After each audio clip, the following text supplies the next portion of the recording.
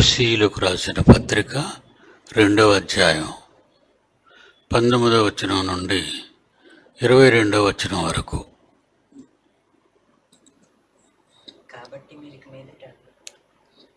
FC పత్రిక 2వ అధ్యాయం 19వ వచనం నుండి.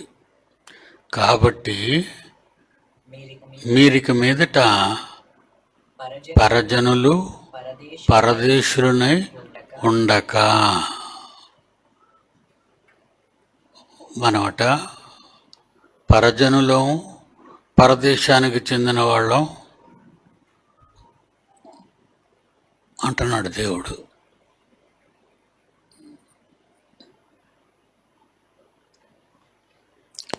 పాకిస్తాన్ ఇండియాకి యుద్ధం జరుగుతుంది.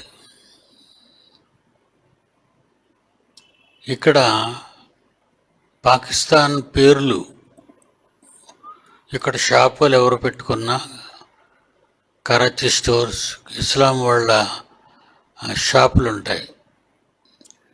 ఆ షాపులు పేర్లు మార్చేయమని పాపం గొడవ చేస్తున్నారు, కొడుతున్నారు. షాపుల్ని రాళ్లతో కొడుతున్నారు. మరికొందరు అంటున్నారు, ఈ ఇస్లాం వాళ్ళు, ముస్లిమ్స్ ఇక్కడ ఉండకండి, మీకు వేరుగా ఉంది కదా మీ ఊరు, పాకిస్తాన్ అనే దేశం ఉంది కదా, అక్కడికి వెళ్ళిపోండి అని అంటున్నారు. ఎందుకంటే వాళ్ళది పాకిస్తాన్ కనుక, మీరు పాకిస్తాన్ కనుక మీ దేశం, మీ దేశానికి మీరు వెళ్ళండి, మా దేశంలో ఉండొద్దు అని భారతీయులైన హైందవ సోదరులు అంటున్నారు. ఇక మతతత్వ పార్టీ వాళ్ళు ఉన్నారు, మత పిచ్చి పట్టిన వాళ్ళు. కనుక మీరు ఇస్లాం వాళ్ళు కనుక మీరు అసలు భారతదేశంలో ఉండకూడదు అని కూడా గొడవ చేస్తున్నారు.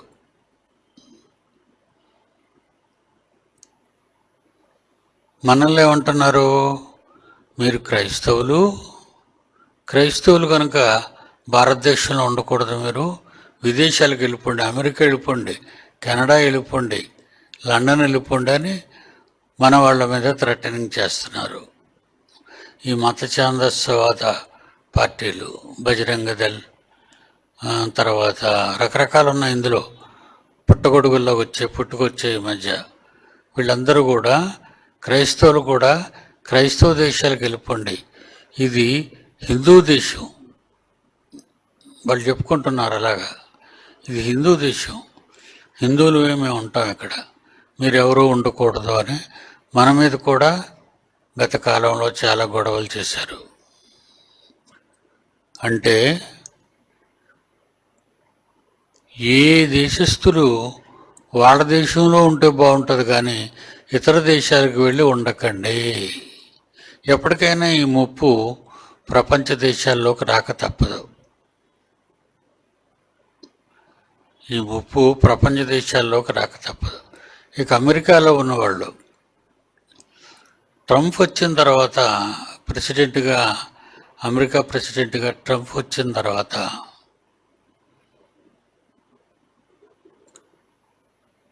మతం అనే పేరెత్తకుండా భారతదేశం నుంచి కానీ ఇతర దేశాల నుంచి కానీ ఎంతమంది అయితే ఇక్కడ డూప్లికేట్ గ్రీన్ కార్డులు తీసుకొని లేకపోతే రహస్యంగా ప్రవేశించి అమెరికాలో సెటిల్ అయిపోయారో వాళ్ళందరినీ పంపే కార్యక్రమం అమెరికా ప్రభుత్వం తీసుకుంది. అంటే ఒక దేశం వాళ్ళు మరో దేశంలో స్థిర నివాసం ఏర్పాటు చేసుకోకూడదు. అలాగే గల్ఫ్ దేశాల్లో ఎక్కువగా మరి ఆలోచిస్తే దుబాయ్ కానివ్వండి, యునైటెడ్ అరబ్ ఎమిరేట్స్ కానివ్వండి, ఆ రకంగానే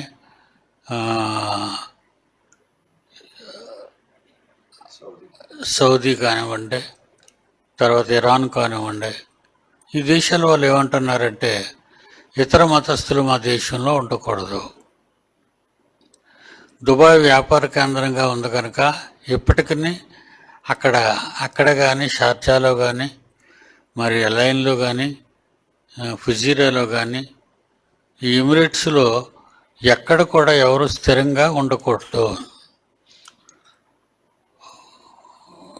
వాళ్ళు పెట్టారు కండిషన్. అంటే ప్రపంచంలో జీవించే మానవాళికి ఏ దేశస్తులు వాళ్ళ దేశంలోనే ఉంటేనే పద్ధతి, మిగతా దేశాల్లో ఉంటే మంచిది కాదు. కనుక ఈ దేశం మాది, మా సొంతం, ఇక్కడున్న ఉద్యోగాలు మాకే రావాలి,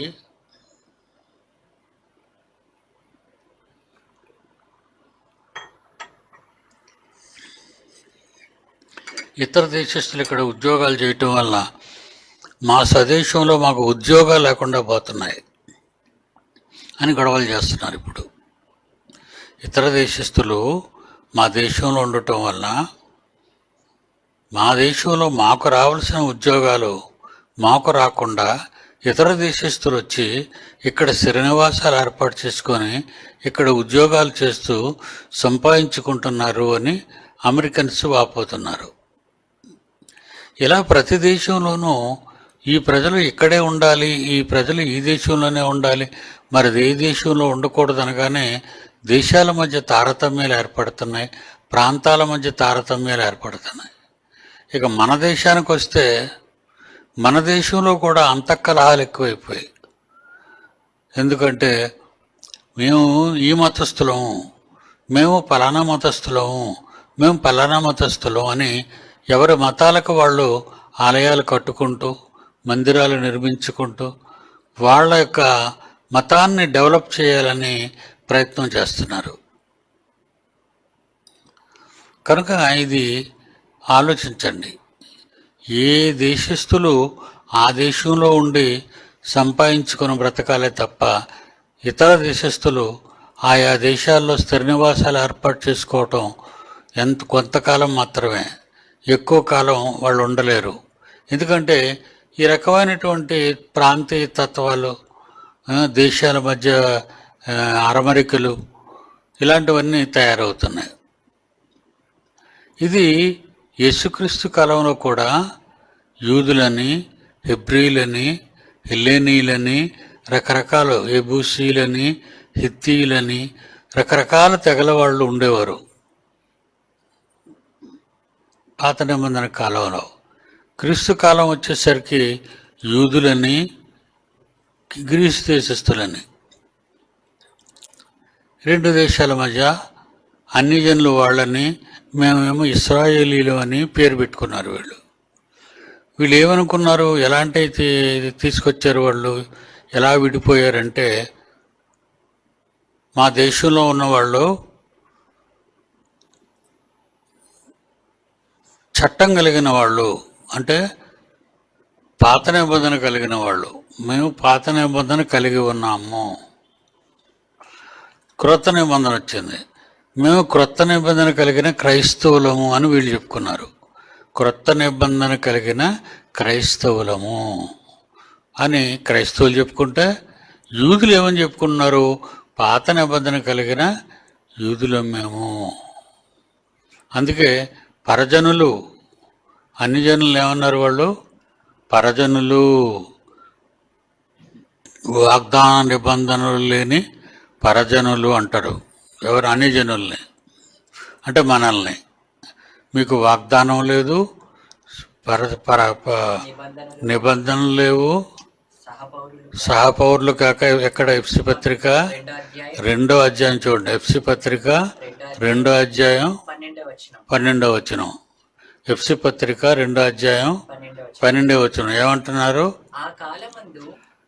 పౌలు గారు మాట్లాడుతూ, ఆ కాలమందు, ఏ కాలమందు? పాత నిబంధన కాలమందు, ఇశ్రాయేలీలు ఉన్న కాలం. ఇక్కడ క్రొత్త నిబంధనకు వచ్చేసరికి ఇశ్రాయేలీలు లేరు, యూదులు మాత్రమే ఉన్నారు, అంతరించిపోయి. ఇశ్రాయేలీలు అన్నవారు అంతరించిపోయారు, లేరు వాళ్ళు. యేసుక్రీస్తు కాలానికి యూదులు మాత్రమే ఉన్నారు. బెన్యామీనీయులు, తర్వాత యూదులు, యూద జాతికి చెందినవారు. అంటే క్రొత్త నిబంధన కాలానికి వచ్చేసరికి యూద జాతికి చెందిన వారు వచ్చారు. యేసుక్రీస్తు ద్వారా బాప్తిసం పొందిన అన్ని జనులు ఉన్నారు. ఈ అన్ని జనులు వీళ్ళతో కలిసి ఉన్నప్పుడు, ఎవరితో, యూదులతో కలిసి ఉన్నప్పుడు యూదులు ఏమనుకునేవారట అన్ని జనులు చూసి? చదువు నాయన.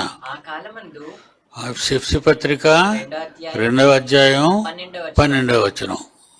ఆ కాలమందు ఇశ్రాయేలుతో సహపౌరులు కాక మీరు ఇశ్రాయేలీలతో సహపౌరులు ఎలాగవుతారు? పౌరసత్వం మాది. సమరయ, గలిలయ, సిరియా, ఈ ప్రాంతాలన్నీ కూడా ఇది మాది, మా భూములు ఇవి. దేవుడు మాకిచ్చాడు ఈ భూములు. ఎర్ర సముద్ర భూభాగం కానివ్వండి, మరి డెడ్ సీ పర్యావరణాలు కానివ్వండి, మరి అలాగే జోర్డాన్, గలిలయ, ఈ ఈ ప్రాంతాల వాళ్ళందరూ కూడా వాగ్దాన నిబంధనలు లేనివారు అని అన్నవాళ్ళు వీళ్ళే. వాగ్దాన నిబంధనలు లేనివారు ఎవరంటే అన్యజనులు, అంటే ఇశ్రాయేలీలు కానివారు, యూదులు కానివారు. వాళ్ళని ఏమని అంటున్నారు? యూదులు ఏమని అనేవారట వాళ్ళని? ఆ కాలమందు ఇశ్రాయేలుతో సహపౌరులు కారు మీరు, పరదేశులను, మీరు పరదేశులు, మీరు పరాయ దేశానికి చెందినవారు. మనల్ని అనేవారండి అన్ని జనుల్ని. పరదేశులను, వాగ్దాన నిబంధనలు లేని పరజనులు. మీరు పరాయోళ్ళు, మా వాళ్ళు కాదు, మా సొంతోడు కాదు. ఇప్పుడు ఎలాగుంటారంటే, అప్పుడప్పుడు మనం మనుషుల్ని చూసినప్పుడు ఈయన మా కులవాడు, ఈయన పలానా కులవాడు, మన కులవాడు కాడు. విశేషం ఏంటంటే, బలహీన బడుగు వర్గాల వాళ్ళు ఉన్నారనుకోండి, వాళ్ళు కిందన ఉంటారు, దారిద్ర్య రేఖ దగ్గర ఉంటారు వాళ్ళు. ఒక క్యాస్ట్ అమ్మాయిని ఇంకో క్యాస్ట్ అబ్బాయి పెళ్లి చేసుకోకూడదు. సపోజ్ ఎక్కువగా కనిపించేది, ఏ కులం వాళ్ళు ఆ కులం పిల్లనే కానీ ఆ కులం పిల్లాడినే కానీ చేసుకుంటారు. ఎవరైనా కానివ్వండి. మన దేశంలో ఈరోజు ఉన్న పరిస్థితి ఏంటంటే, మన రాష్ట్రంలో ఉన్న పరిస్థితి ఏంటంటే, ఒక కులం వారు మరొక కులం వారిని పెళ్లి చేసుకోరు. ఒకవేళ మీకు తెలియకపోతే మీ తల్లిదండ్రులు అడగండి. ఎందుకంటే మా కులం వాడు మా కులం పిల్లనే చేసుకోవాలి. అలాగా ఇశ్రాయేలీలు ఏమనుకునేవారు? పరజనులను, వాళ్ళ అన్ని జనులను ఏమన్నారు? పరదేశులను, వాగ్దాన నిబంధనలు లేని పరజనులను, నిరీక్షణ లేనివారు. వాళ్ళకి దేవుడు లేడు, ఏమీ లేదు. అంటే మీ తండ్రి అయిన యెహోవాను కలిగిన వాళ్ళం మేము అని ఇశ్రాయేలీలు అనుకునేవారు. మేము దేవుని కలిగిన వారం, మాకు దేవుడున్నాడు, మాకు దేవుడు వాగ్దాన భూమి పాలస్తీనా ఇచ్చాడు, అది మాది అని ఎప్పటి నుంచి కొట్లాడుకుంటున్నారు వాళ్ళు? ఇశ్రాయేలీల కాలం నుంచి, రాజుల కాలం నుంచి కొట్టుకుంటున్నారు. బైబిల్లో ఉన్న రాజుల గ్రంథం, దినవృత్తాంతాల గ్రంథాలు చదివితే అప్పటి నుంచే ఈ భూములు మావి, ఈ భూములు మీవి కావు, కనుక ఈ నేల విడిచి వెళ్ళిపోండి. 2021 దానికి ముందు ఒక సింగు ఒక ప్రకటన చేశాడు. ఎప్పుడు 2021కి క్రైస్తవులు భారతదేశంలో నుంచి వెళ్ళగొడతాము అని. ఆ పేరు నాకు గుర్తు రావట్లేదు, ఆయన పేరు. పత్రికా ప్రకటన ఇచ్చేసాడు, మెయిన్ పేపర్స్లో ఇచ్చాడు. ఇండియాలో మెయిన్ పేపర్స్. అంటే ఈ గడ్డ మాది, ఈ ప్రాంతం మాది, ఈ గాలి మాది, ఈ నీరు మాది. ఇప్పుడు పాకిస్తాన్కి మనకు గొడవ అయిందా? డ్యామ్ కట్టేశాడు, మన వాళ్ళు డ్యామ్ కట్టేశారు పాకిస్తాన్లోకి నీరు వెళ్లకుండా. ఎందుకంటే ఆ డ్యామ్ ఉన్నదే ఇండియాలో ఉంది. మీరు అన్యాయంగా మా వాళ్ళని చంపేశారు, భారతీయుల్ని. వాళ్ళు కాశ్మీర్ చూడడానికి వచ్చిన వాళ్ళు మీరు తుపాకులు పెట్టి 20 మంది చిల్లర మనుషుల్ని మీరు తుపాకీతో చూర్చి చంపేశారు. మేము నీళ్ళు ఎందుకు మీకు ఇవ్వాలి అని నీళ్ళు బంద్ చేశారు. ఇప్పటికీ నీళ్ళు ఇవ్వటం లేదు పాకిస్తాన్కి.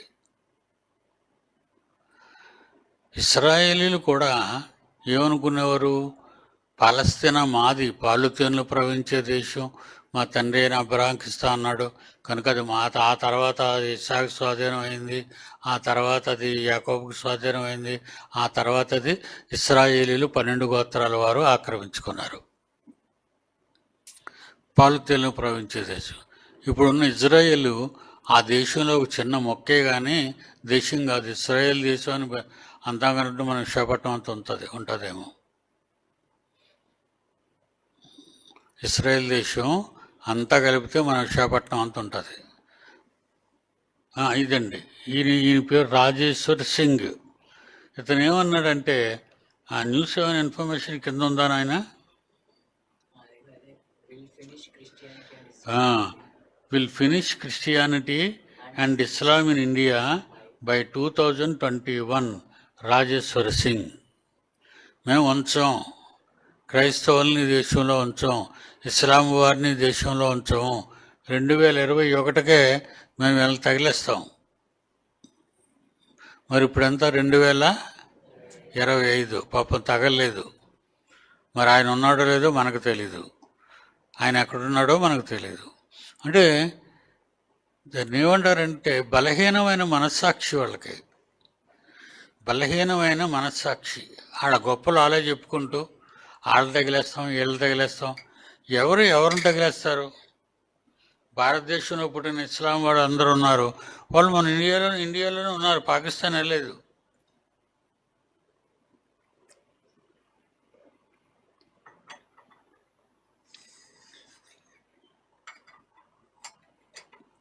పోతే ఇస్లాం వాళ్ళలో ఒక భయంకరమైనటువంటి వ్యాధి వచ్చింది వాళ్ళకి. ఏంటంటే దేవుడు యుద్ధం చేయమన్నాడని. ఎవరు పెట్టేశారో వీళ్ళకి జిహాద్. వాళ్ళని ఏమన్నారు? జిహాదీలు అన్నారు. జిహాదీలు అంటే చంపేయటమే. బాంబు కట్టుకొని వెళ్తాడు, ఒక 100 మంది ఉన్న దగ్గర మధ్య దగ్గర ఈడు ఉండి బటన్ నొక్కేసుకొని ఈడు ముక్కలు అయిపోతాడు, చుట్టూ ఉన్న వాళ్ళందరూ ముక్కలు అయిపోతారు. ఆత్మాహుతి దళాలు అంటారు వీళ్ళని. ఎంత భయంకరం అయిపోయిందంటే ఈరోజు భారతదేశమే కానీ ఏ దేశమే కానివ్వండి, ఉగ్రవాదం లేని చోటు అంటూ ఎక్కడా లేదు. అమెరికా దేశంలోనే ఉగ్రవాదం ఉంది, ప్రపంచ దేశాలన్నింటిలోనూ ఉగ్రవాదం ఉంది. ఈ ఉగ్రవాదుల వల్ల ఇస్లాం వాళ్ళు ప్రపంచానికి శత్రువులుగా మారిపోతున్నారు.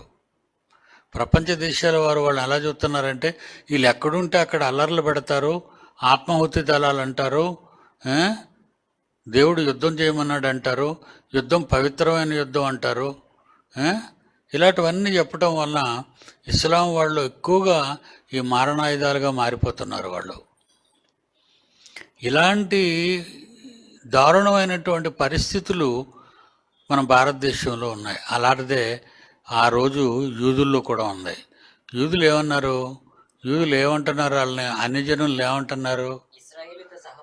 ఇశ్రాయేలీలతో మీరు సహపౌరులు కారు, మీరు పరదేశులు, మీరు వాగ్దాన నిబంధనలు లేని పరజనులు, నిరీక్షణ మీకు దేవుడు లేడు, దెయ్యం లేదు మీకు, లోకమందు దేవుడే లేనివారయ్యుండి క్రీస్తుకు దూరస్తులైపోయారు మీరు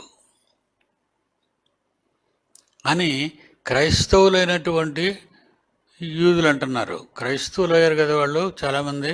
మరి అపోస్తలుడైన పౌలు యూదుడే కదా, బెన్యామీను గోత్రం. ఆయన కూడా యూదుడు కనుక దేవుడు గలవాడు. మరి దేవుడు లేని వాళ్ళు ఎవరు? అన్ని జనులు. వాళ్ళు దేవుడిని నమ్మలేదు కనుక అన్ని జనులు. దేవుణ్ణి నమ్మితే దేవుడు గలవారు, నిబంధన కలిగిన వారు, కొత్త పాత నిబంధనలు కలిగిన వారు, యేసుక్రీస్తుని నమ్మి బాప్తిసం పొంది సంఘములోనికి చేర్చబడితే ఆయన మందిరం భూమి మీద కట్టబడింది, ఆయన రాజ్యం భూమి మీద స్థాపితమైంది. అది దాని అర్థం. దేవుని యొక్క రాజ్యం భూమి మీద స్థాపితమైంది. ఎలా స్థాపితమైందో చెప్తున్నాడు ఈ ఎఫెసీ పత్రిక 2:19 వచనం. కాబట్టి మీరు ఇక మీదట పరజనులను పరదేశులను ఉండక పరిశుద్ధులతో ఏకపట్టణస్థులను దేవుని ఇంటివారునై ఉన్నారు. ఇప్పుడు మనం దేవుని ఇంటివారు అయిపోయాం. మనం దేవుణ్ణి నమ్ముకున్నాం, ఆయన యందు విశ్వాసం ఉంచాం, ఆయన యందు బాప్తిసం పొందాం. మనం బాప్తిసం పొందగానే మనకేం అప్లై అవుతుందో చూడండి. మన ఆధార్ కార్డు ఉంటే భారతీయులు అని చెప్పడానికి మన ఆధార్ కార్డు కావాలి. అది చూపిస్తే మనం భారతీయులమే. లేకపోతే మీరెవరు, ఎక్కడి నుంచి వచ్చేసారు, ఏ దేశం నుంచి ఇక్కడికి వచ్చేసారు, ఇవన్నీ తలపోటు సమస్యలు. కనుక ఆధార్ కార్డును ఎప్పుడైతే ప్రవేశపెట్టిందో భారతదేశం, అందరికీ, పిల్లలకి, పెద్దోళ్ళకి, అందరికీ ఆధార్ కార్డులు ఇచ్చింది. ఈ కార్డు చూపించాలి మీరు ఇండియా అని అనుకుంటే. మేము భారతీయులు అనుకుంటే ఈ కార్డు చూపించండి. అలాగే ఆధార్ కార్డులో మీ డేట్ ఆఫ్ బర్త్, మీ ఫ్యామిలీ, మరి నువ్వు పెళ్ళైన వాడువా కాదా, నీ భార్య ఎవరు, నీ భర్త ఎవరు, మీ పిల్లలు ఎవరు, ఇవన్నీ ఆధార్ కార్డుల ద్వారా తెలుసుకుంటున్నారు భారతీయులందరికీ. కనుక మనం స్వజనులు, భారతీయులు, మనం ఎవరమే, స్వజనులు. మనం అదే అంటున్నాం, మేము ఎవరమయ్యా, మేము కూడా భారతీయులమే. మా తాత తండ్రులు కూడా భారతదేశంలోనే పుట్టారు. మీ తాత తండ్రులే పుట్టినట్టు మీ ఆది భారతదేశం అంటారేంటి మీరు అని ఈరోజు మనం అడుగుతున్నాం మత్స్యాంధస్వాదుల్ని. మేము భారతీయులమే. మా తాత ముత్తాతలు కూడా భారతీయులే, ఈ దేశంలోనే పుట్టిన వాళ్ళే, వాళ్ళ పిల్లలమే మేము. కనుక మేము ఇండియన్స్, మేము భారతీయులు. మమ్మల్ని కాదనడానికి నువ్వెవరు అని అడుగుతున్నాం. నువ్వెలా భారతీయుడివో మేము అలాగే భారతీయులు. మీ తల్లిదండ్రులు ఎలాగైతే ఇక్కడే ఉండి మిమ్మల్ని కన్నారో, మా తల్లిదండ్రులు కూడా ఇక్కడే ఉండి మిమ్మల్ని కన్నారు. మీకు మాకు తేడా లేదు. కులాలు, రాజకీయాలు, ప్రాంతీయ తత్వాలు, ఇలాంటివన్నీ డెవలప్ చేసి ఈరోజు భారతదేశంలో గొడవలు రేపుతున్నారు. అలాగే ఆనాడు యూదులు కూడా ఏమని అంటున్నారు, మీరు ఇశ్రాయేలు సహపౌరులు కారు, మీరు పరదేశులు, వాగ్దాన నిబంధన లేని పరజనులు. అంటే మీకు భూ అంటూ ఏమీ లేదు, స్థిర నివాసం అంటూ ఏమీ లేదు, నిరీక్షణ లేనివారు, లోకమందు మీకు దేవుడు లేడు, దెయ్యము లేదు, మీకు క్రీస్తుకు మీరు దూరస్తులు, క్రీస్తుకు మీరు దూరస్తులు. అది జ్ఞాపకం చేసుకోండి. కనుక దేవుని పిల్లలారా, మనం క్రీస్తులో ఉన్నవారం. దేవునికి స్తోత్రం అండి. మరి మీ పూర్వీకుల భాగ్యమో మీ భాగ్యమో నాకు తెలియదు, కానీ ఎవరైతే క్రీస్తులోకి వచ్చారో వాళ్ళ అదృష్టవంతులు. ఇక్కడ చెప్తున్నాడు 21వ వచనం, 20వ వచనం, క్రీస్తు చేసే ముఖ్యమైన మూలరాయి. సంఘానికి ఎవరో మూలరాయి? క్రీస్తు యేసు మూలరాయి. తర్వాత ఏం జరుగుతుంది? మూలరాయి వేసిన తర్వాత అపోస్తలులను ప్రవక్తలను వేసిన పునాది మీద మీరు కట్టబడి ఉన్నారు. మూలరాయి వేస్తారు. ముందు ఇంటికి ఇల్లు కట్టేవాళ్ళు ఏం చేస్తారు? మూలరాతిని వేస్తారు. మూలరాతిని వేసిన తర్వాత అప్పుడు ఏం చేస్తారు? గోడలు కడతారు. వాళ్ళు ఎవరట? అపోస్తలులను ప్రవక్తలను వేసిన పునాది.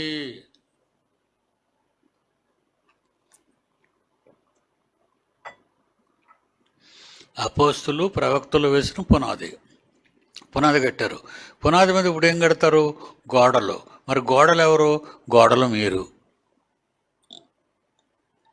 మీరు. దీన్ని కట్టడానికి ఇటుకలు కావాలి. పునాదుల్లో మూలరాయి ఇటుక వేయరు ఎవరు?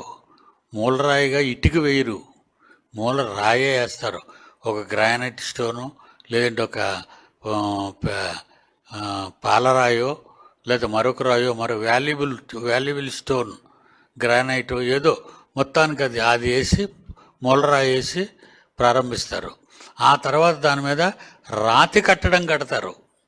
భూమి లోపల నుంచి రాతి కట్టడం. ఇకపోతే అపార్ట్మెంట్లు కట్టేవాళ్ళు ఏం చేస్తారు? రాతి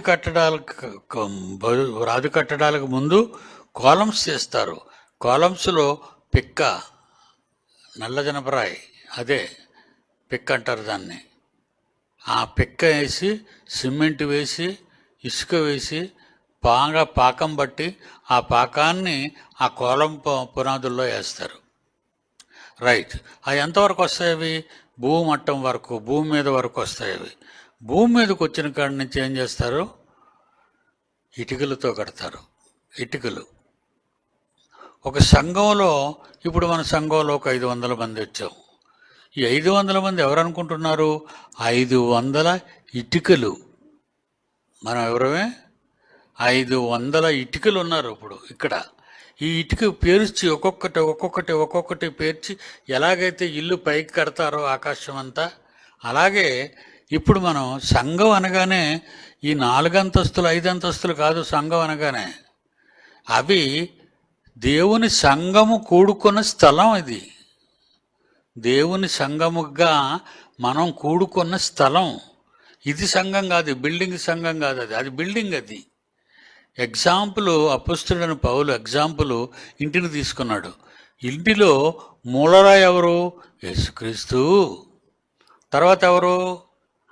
అపొస్తలులు, ప్రవక్తలు వేసిన పునాది. పునాది ఎవరంటే ప్రవక్తలు, అపొస్తలులు. మరి గోడలు ఎవరు? మనం. గోడలు ఎవరు? మనం గోడలు. అంటే మనం అనుకుంటాం మనం సంఘంలో గొప్పవారువా? నిజంగా గొప్పవారండి మీరు. సంఘంలో ఉన్నవారు గొప్పవారు. ఎందుకంటే ఆయన ఆలయంగా ఆత్మజ్ఞానంతో కట్టబడిన వాళ్ళం మనం. ఆత్మజ్ఞానంతో కట్టబడ్డాం ఆయన సంఘంలో. ఉదాహరణ, ఒక కొత్త ఇంటికి ఇటుకలతో కట్టిన తర్వాత రోడ్డు వైపు ఉన్నటువంటి మన ఇంటి గోడకు ఒక ఇటుక తీస్తాం అనుకోండి, ఎలా ఉంటుంది? ఒక ఇటుకి ఊడబెక్కేసాం అనుకోండి గొయ్యి పెట్టి, ఎలా ఉంటుంది? నవ్వరా? ఏంటిది ఇక్కడ రంధ్రం వదిలేసారేటి? ఒక ఇటుక వేయడం మానేసారేటి? ఇక్కడ 2 ఇటుకలు వేయడం మానేసారేటి? అక్కడ మూడు ఇటుకలు వేయడం మానేసారేటి అంటారు. కనుక ప్రతి ఇటుక క్రమముగా పేర్చబడుతుంది తాపీ మేస్త్రుల చేత. తాపీ మేస్త్రులు ఏం చేస్తారు? చక్కగా కొలతల ప్రకారంగా దారాలు పట్టుకొని, మూలమట్టం పట్టుకొని, మరి గోడలన్నీ తిన్నగా నిలువుగా 90 degreesలో వెళ్ళాలి పైకి. అందుకే వాళ్ళు చక్కగా పెద్ద పెద్ద కర్ర తాపీలు పట్టుకుంటారు, అవి పెడతారు. చిన్న తాపీలు పట్టుకుంటారు, ఇటుక మీద ఇటుక పెట్టి సిమెంట్ వేసి పాముతారు. అలాగా గోడలు తిన్నగా ఎత్తు పల్లాలు లేకుండా కడతారు. అలా కట్టబడిన ఇటుకలవే మనం అందరమే. ఈ సంఘం క్రైస్ట్ చర్చ్ విశాఖపట్నం కట్టబడింది. ఇక్కడ బిల్డింగ్ కాదు, ఆ సంఘము కూడుకున్న స్థలం ఇది. సంఘం మీరు కూడుకున్న స్థలం ఇది. మీరు కూర్చోవడానికి కుర్చీలు, మీరు కూర్చోవడానికి ఫ్యాన్లు, మీరు కూర్చోవడానికి శుభ్రత, అన్నీ ఏర్పాటు చేసాం. కానీ సంఘం ఎవరు అనుకుంటున్నారు? సంఘం మీరే సంఘం. మనం కూడుకున్న స్థలం. అర్థమైంది ఇప్పుడు మీకు? కనుక ఇప్పుడున్న పెద్ద పెద్ద సంఘాలు, దాని మీద గోపురాలు, దాని మీద గంటలు, దాని మీద సిలువులు, అది కాదు సంఘం. ఈరోజు సంఘం ఏమనుకున్నారంటే, ఏదండి మనం సంఘం కడదాం, ముందేమో ధ్వజస్తంభం లేపుదాం, మరి ఎదురుగుండా ఒక పెద్ద గుడిలో పైన కడదాం, దాని మీద సిలువు పెడదాం, దాని లోపల గంట పెడదాం, అది గుడి అంటారు. అది గుడి కాదండి. అది జీవము గల దేవుని పిల్లలైన వారు కూడుకున్న సంఘం. అర్థమైందే?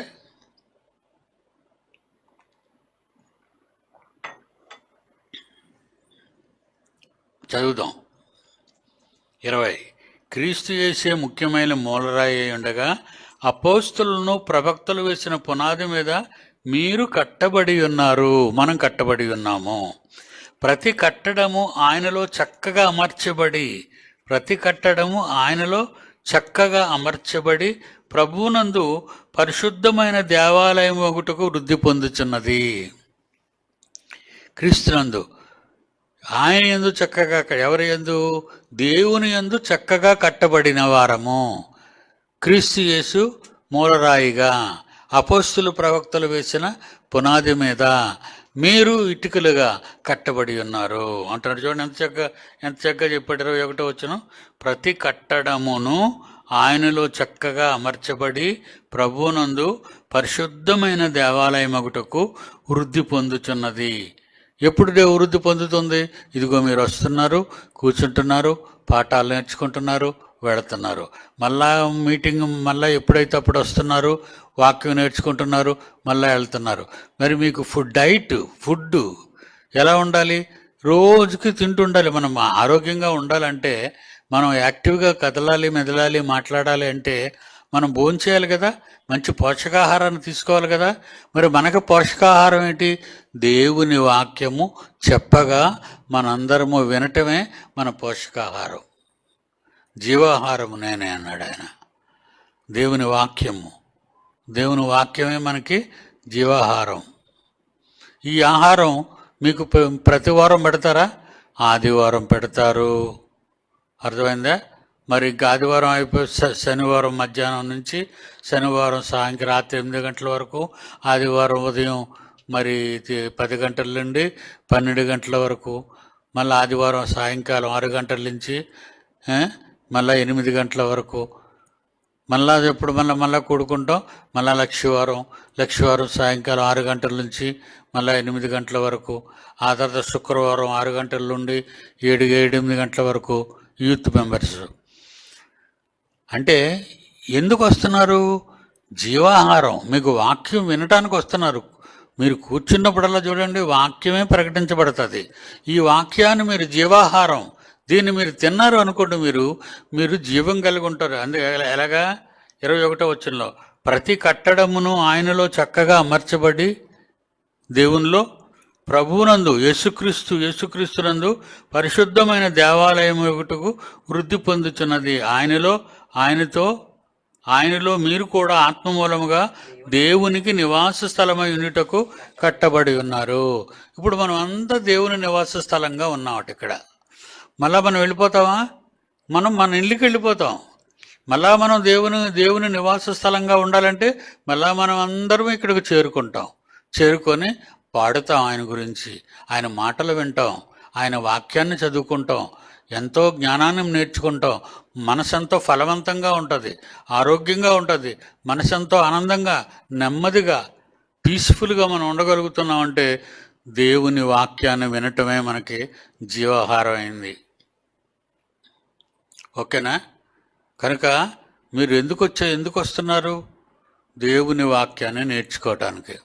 ఎవరైతే దేవుని సంఘానికి రారో వాళ్ళు ఆ ఇటుక అక్కడి నుంచి బయట తీసి పడేసినట్టు ఉంటుంది. వద్దు, అది సంఘానికి అవమానం. ఒక ఇటుక అంటే ఒక సభ్యుడు బయటకు పోయాడు అంటే అక్కడ ఇటుక పోయిందని అర్థం. మరి నువ్వు బయట ఉంటే గోడలో ఉన్నంత వరకు నువ్వు సిమెంట్ పూసి నగిషిగా సున్నాలేసి రంగులేసి నిన్ను ఇక్కడ తయారు చేస్తున్నారు. కానీ నువ్వు బయటకు వెళ్ళిపోతే ఆ గోడలో నుంచి ఇటుక తీసేస్తే బయటపడితే అది బళ్ళు వెళ్ళిపోయి, లేకపోతే ఏ కార్లు వెళ్ళిపోయో, లేకపోతే ఎవరో రాయి పెట్టుకుని చేత కొట్టేస్తే ఇటుక పగిలిపోద్ది. నువ్వు బయట ఉంటే పగులగొట్టబడి పారవేయబడతావు. అందుకే నిన్ను సంఘంలో ఉండమంటున్నాం మిమ్మల్ని. సంఘంలో ఉండండి. ఇక్కడ ఉంటే ఇటుక ప్లాస్టింగ్ అయిపోయింది, దాని మీద చక్కటి కలర్ వేసాం, డిస్టెంపర్ వేసాం, ఇల్లు చక్కగా నీట్గా ఉంది.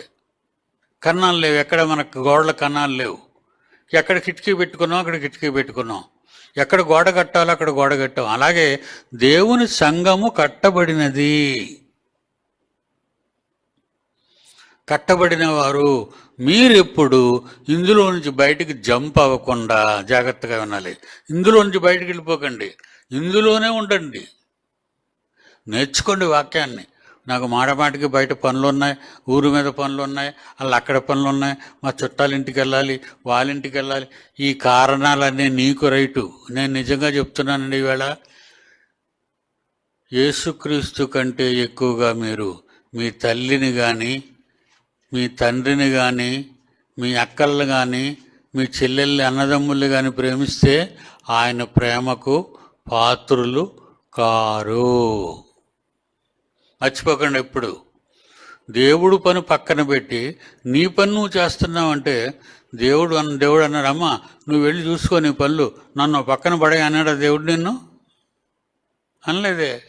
ముందు నా దగ్గరికి రా, మా అయ్యి చచ్చిపోయాడు అన్నాడు. మీ అయ్యి చచ్చిపోయాడు, పర్వాలేదులే, మీ అయ్యని తీసేస్తారు సాయంకాలంకి, నువ్వు వచ్చి నన్ను వెంబడించి అన్నాడు. మా అయ్యి చచ్చిపోతేనే వెళ్ళొద్దు అన్నాను నేను. మీ అయ్యి చచ్చిపోతేనే నేను వెళ్ళొద్దన్నాడు దేవుడు.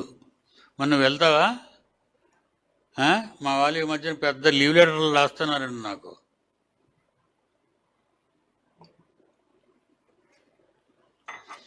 లీవ్ లెటర్ రాస్తున్నారు గుడికి రావని. నేనేం మీకు బడిపంతులనా? మీకేమైనా క్లాస్ టీచర్నా నేను? లీవ్ లెటర్ ఎవరికి ఇవ్వాలి మీరు? దేవుడికి ఇవ్వండి. దేవుడా ఇదిగో లీవ్ లెటర్ ఇస్తున్నాను అని ఇచ్చావనుకో, నీ కాల్లో చేయి తీసేస్తాను, బయటకు వెళ్ళి అంటాడు.